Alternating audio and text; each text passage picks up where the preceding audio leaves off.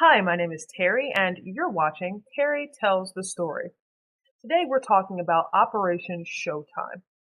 In 1935, a man named Victor Houtet broke away from the Seventh-day Adventist Church. He believed that the world was going to end soon and that God's followers needed to gather in one place to prepare. He bought a 77-acre ranch outside of Waco, Texas, and named it Mount Carmel. His followers called themselves Branch Davidians. For decades, they were just a quiet, isolated community of farmers and builders who studied the Bible and waited for the apocalypse. In 1981, a 22-year-old high school dropout named Vernon Howell, who would later change his name to David Koresh, arrived at Mount Carmel. He was a social outcast, but he had two incredible skills. He was a talented rock guitarist, and he had memorized nearly the entire Bible. Vernon began a relationship with the group's elderly leader, Lois Roden. He claimed that God told him to father a chosen child with her. This enraged Lois's son, George Roden, who was the heir to the leadership.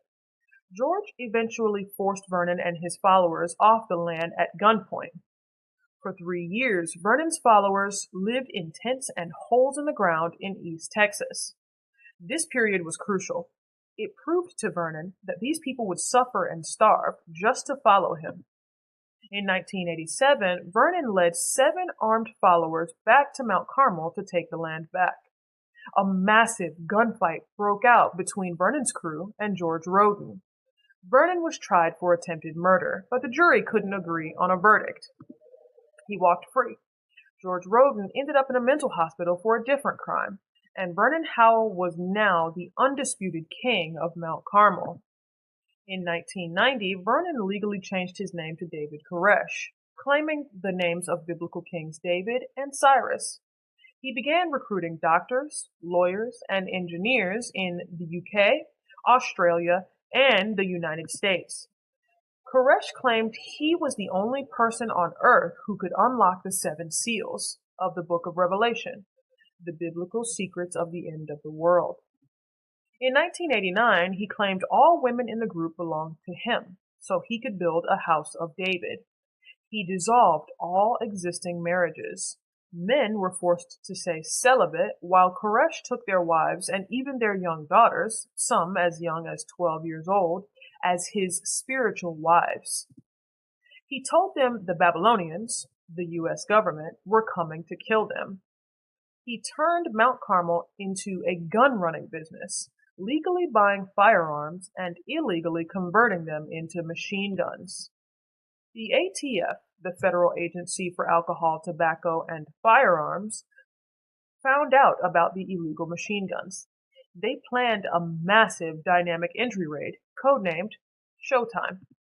The ATF lost the element of surprise when a reporter accidentally tipped off a Davidian member.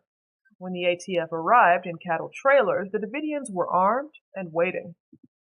A 2-hour gunfight erupted. Thousands of rounds were fired.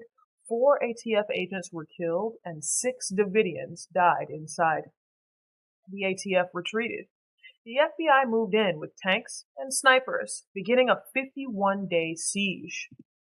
For nearly 2 months, the world watched a standoff. The FBI used tactical pressure to break Koresh. They cut off the power and water. They blasted the compound with high-volume sounds, rabbits being slaughtered, Tibetan chants, and Nancy Sinatra songs for 24 hours a day.